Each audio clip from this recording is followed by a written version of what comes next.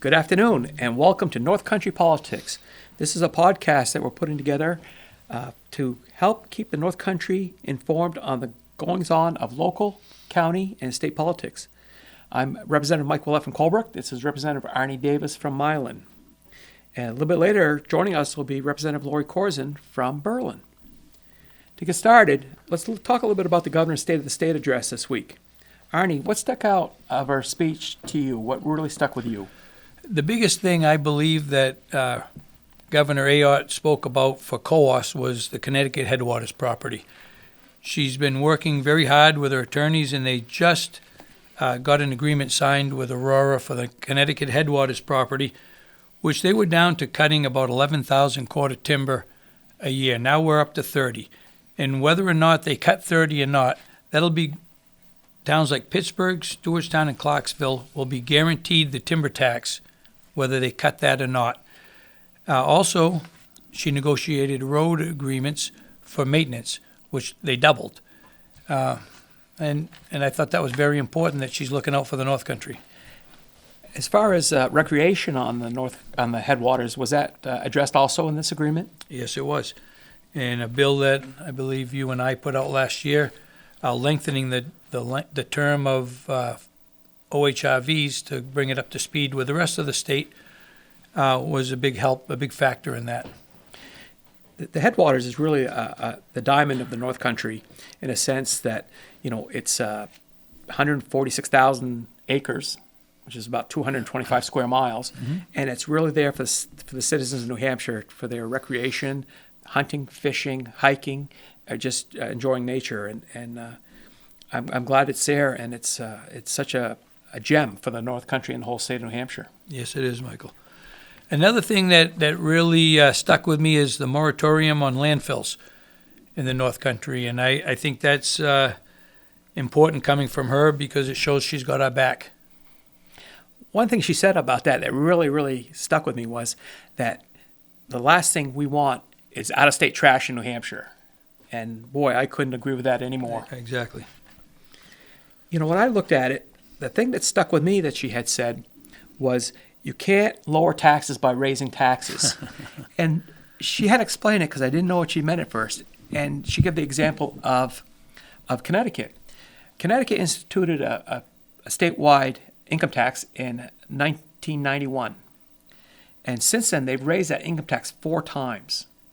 And right now, they're one of the highest property tax states in the nation.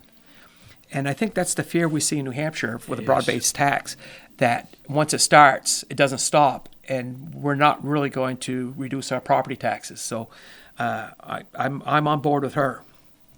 The second thing that she really got to talk about was energy, and she realizes how overbearing and how expensive our energy is here in New Hampshire. She's appointed a new PUC commissioner, Chris Elms. And she instructed him to put the ratepayers first instead of the big power companies. And that's going to be a big change. The PUC seems to coddle to the power companies and forget about the homeowners and the ratepayers. And she's determined to turn that around. The other thing she talked about was really putting a plan forward for more nuclear power. In Europe, they've started years ago putting small nuclear plants around, not big ones like Seabrook.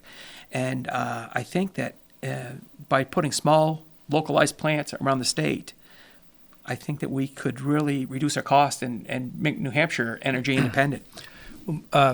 State Representative Brian Cole out of Manchester, he's got a congressional race coming up, and that's his platform, is these nuclear, they're small. I'm not sure what the cost is, but maybe we can get him on a show in the future to talk about that.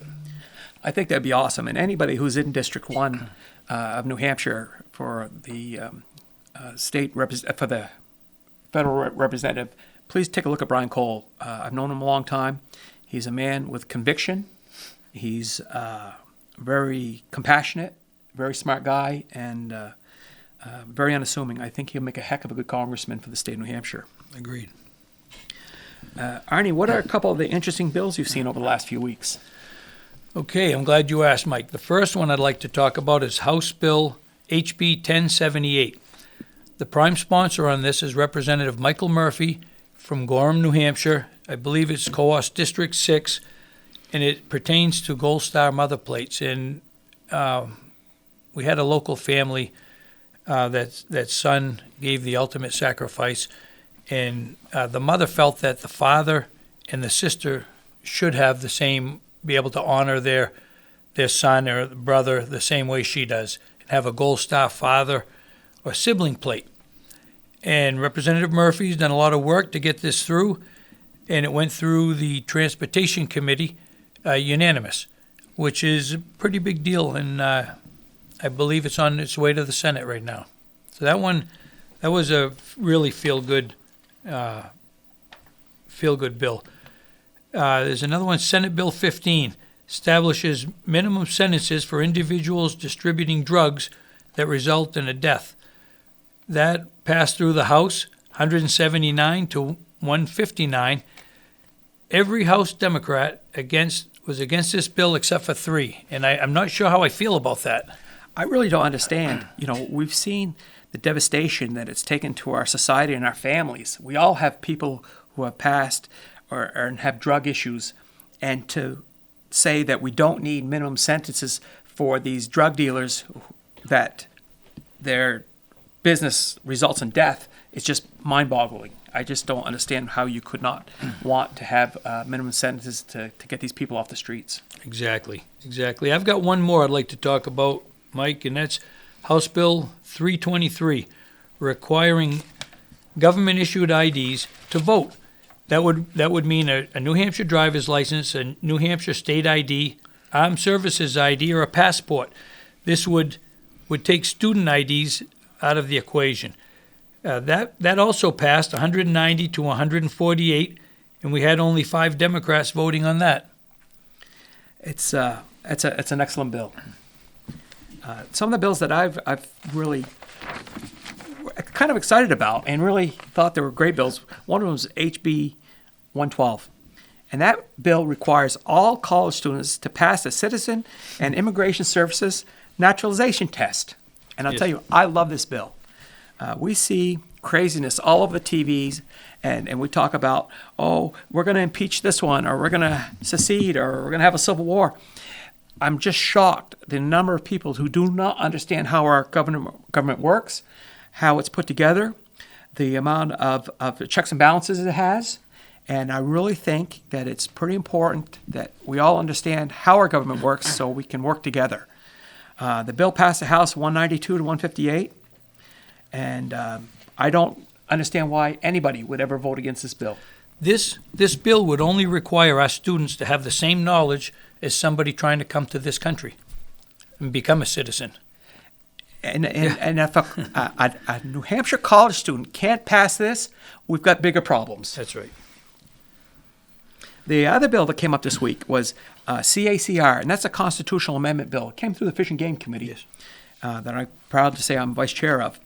And what it is, this will give the people of New Hampshire, the citizens of New Hampshire, a constitutional right to hunt, fish, and harvest game. And it's a little, I don't want to say deceptive the way it sounds, but the way it's set up, it doesn't change any of the fish and game laws, doesn't change any of the regulations. But what it does, it ensures that Fish and Game will be able to collect funds from their licenses and accepting federal funds from the Pittman Act for guns and ammunition and fishermen, so that we can continue to manage and run conservation programs for our wildlife. Very good. So I hope that when it comes up a little bit later, that everybody will support this. But I think it's it's all part of our way of life here in New Hampshire, hunting and fishing, and should continue to be that way. So these are bills that have already passed. Now, I'd like to talk a little bit about an upcoming bill or two here. House Bill 1176. This bill would require only a real license plate unless you have a vehicle that'll tow a trailer or a commercial vehicle. Personally, I don't have a dog in the fight. It means little to me, but there's enough people passionate about it. It's getting a lot of buzz in the State House. And I'm kind of the same way. The only thing that I think about, there are a lot of states right now that only have a rear plate. And I look at it, and the governor announced this week they had some special front plates for the 250 University of New Hampshire. Yep.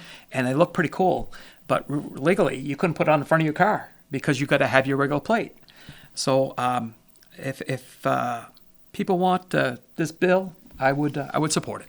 Yes, yep. Another one, House Bill 1580. This bill raises property taxes for a second home in your town. I get the idea, like a Homestead Act, but towns like Colebrook, Pittsburgh, some of the smaller towns in New Hampshire that rely on tourism.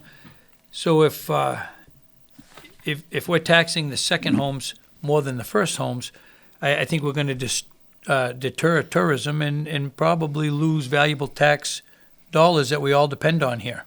And I can tell you from experience, I've been on the Colebrook Planning Board for a number of years, and we just had a reevaluation, so our tax rate dropped.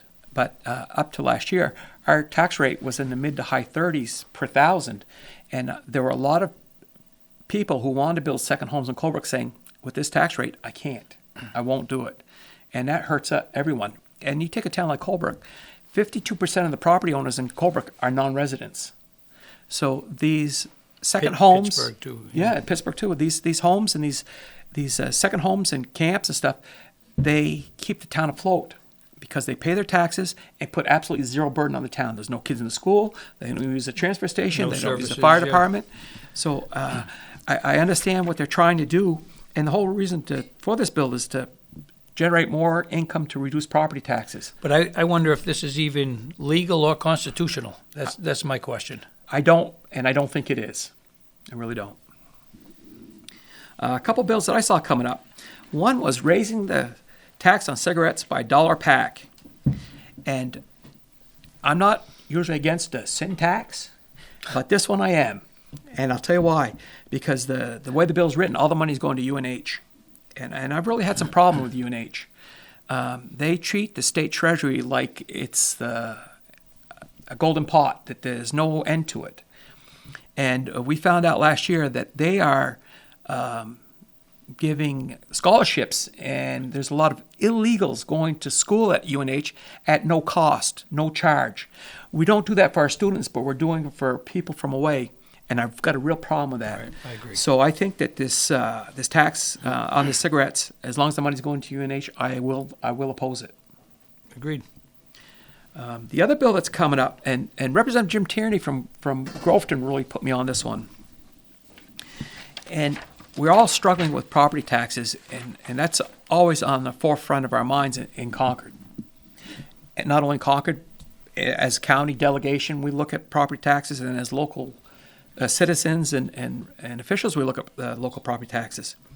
Right now, each town in the state of New Hampshire pays $1 per thousand evaluation into the SWEP tax. And like Colebrook, I think it's like $186,000. So it puts Colebrook's evaluation, I think, at like $18 million or something. There was a bill coming through that's going to raise that to $5 per thousand. And at first you say, that's absolutely nuts. But as I look at it, I don't think it is. And I'll tell you why. Because at $5 per thousand, if your residence is part of that town, you get $1 a thousand break.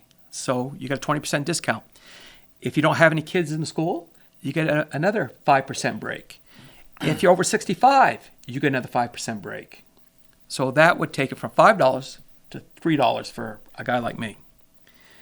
And the problem is that there's towns in this state, in the Lakes region, Seacoast. Like I said earlier, Colebrook's tax rate was in the high 30s. And I know Charleston, New Hampshire, another poor area in Sullivan County, is near $40 per thousand tax rate. And then I go to Seabrook, and they're 2. Or I go to Tuftonboro, and they're 9. So by having this on your evaluation statewide, it's going to help the poor towns, but the people in the wealthier property towns will have to pay more. But this is the only way I can see to get education funded fairly statewide and get some pressure off the poor towns and their property taxes. Now, the talking with Representative Tierney, he says there's one glitch and he's on the Ways and Means Committee, which handles all the money and stuff like that. He says his problem is he likes this bill, but he said he would go one step further. The only way that he would support this bill is if there was a tax cap on the schools, so that the schools this money would go for property tax relief and not become a school spending spree. Yep. And I know our schools really work hard, but I think that would be very, very important. And I think that this is the only way we're going to solve our school funding this is the best idea, I would say. Best I've heard as well. Without going with a broad-based property income or sales tax. That's right. So those are some of the bills coming up. A couple things that we talk about, and we've named this section of our program, "What Were They Thinking?" What were you thinking? Were you thinking? Kind of the fun part of our, Yeah. if you can believe this. So the first one that came up, and I think to myself, HB 651. This bill modifies the cost differential for school aid and education, which the bill sounds like a great idea. It put $630 million more into the schools. But the problem was the bill came up into the House, but there was no provision on how to fund it. We're in the second year of biennium budget, so there's no money there. And so we have to do two things. Either we have to go $630 million in debt this year and every year on, or we have to cut somewhere.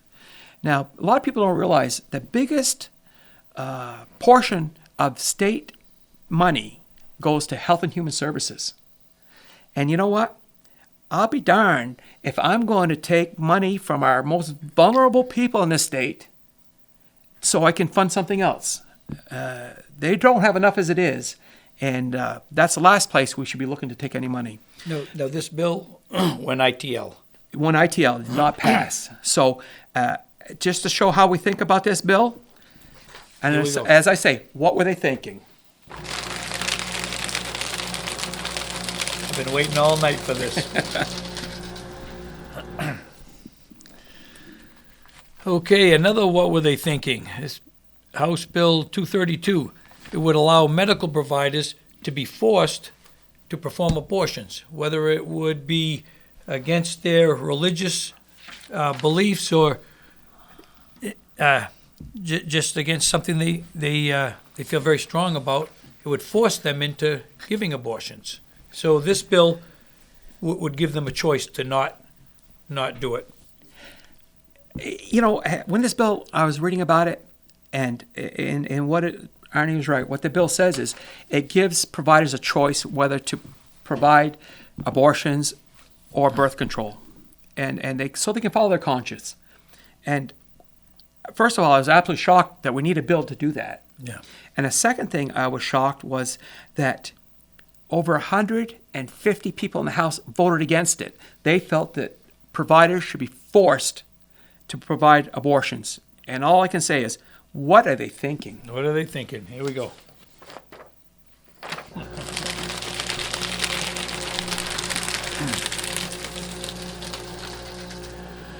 Here's one of my personal favorites, House Bill 1703.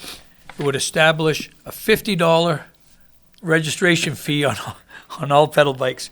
Now this is a real, what are you thinking? I'm going to give you a scenario. There's three young 12-year-old boys at the ball field in the summertime. They throw their bikes to the side. They're playing ball. Police officer comes by. These bikes aren't registered. Do we give the kids a ticket? I mean, they're not home playing video games. They're out exercising, running around. What were they thinking? What were they thinking? One more time.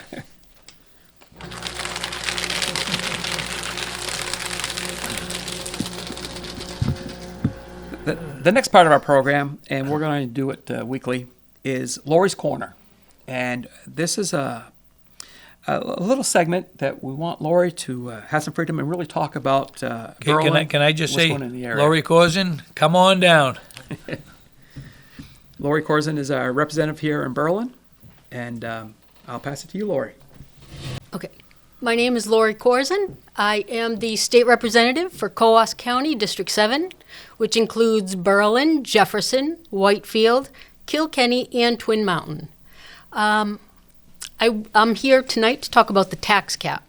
I have heard over and over again from Berlin residents that our property taxes are just unsustainable, especially for our elderly, our veterans, anyone on fixed incomes, young families, and even small businesses. The last few years, our tax rate has jumped almost 14%. That's just unsustainable when people are not getting raises that are also 14%. I did go to City Hall this week, and I introduced a tax cap. The tax cap is not a silver bullet to all of Berlin's issues, but it's a start, and it is somewhere where we can go to put guardrails on our city budget. What the tax cap does is it would make it so that our tax rate could not go over the average of the 3-year CPI, which is the inflation rate. Again, this isn't lowering our taxes, but it is putting a cap on our taxes, which is a big first step. I did bring it before the council, and unfortunately, more people from the school were there to oppose it, which is fine. But I'm not going to give up because we need to do something for all the residents in New Hampshire, not just Berlin. But Berlin in particular is being hit really hard. My next door neighbor, they were here their whole life. They worked in the mill. They're now retired, and our neighbor's talking about having to move because he can't keep up with the taxes. So this is an issue that I am going to continue to work on, and we're going to see where that goes. I think that's a very good step in the right direction. In fact, Coos County was just declared a recessed region. So that anything you could do, Lori, to help would be very greatly Absolutely. appreciated. We're definitely economically challenged, and all of our communities are saying the same thing, that our property taxes are stifling. So that's something we will all continue to work on. And thank you very much for your Absolutely. leadership in this. Well, thank you for having me. Did you have any opinion this week on the governor's speech on bail reform? I did. I was absolutely thrilled at Kelly Ayotte's State of the State address this week. Not only did she give the North Country a few tips of the cap, but she mentioned our own Marisol and what the failed bail reforms of the past, how they led to her tragedy. Kelly grieves with us as a city, as a North Country, and I was really grateful that she pointed that out and that she knows how important this new bail reform is to stop that revolving door in and out of the jails, in and out of the prisons. It's just crazy that, over the last few years we've had, violent criminals getting arrested and having no bail or super low bail and just going right back out and just doing it again. It's just crazy. I'm glad that we've got someone in the corner office that is going to put an end to it. Yes, me too. Thank you, Kelly. Well, that's going to conclude our broadcast for tonight. We hope to have this on Facebook and on YouTube. We want to make this a weekly broadcast. We'll have some guests throughout the year. But please feel free to message us with ideas or comments. And we hope to see you all again next week. Thank you.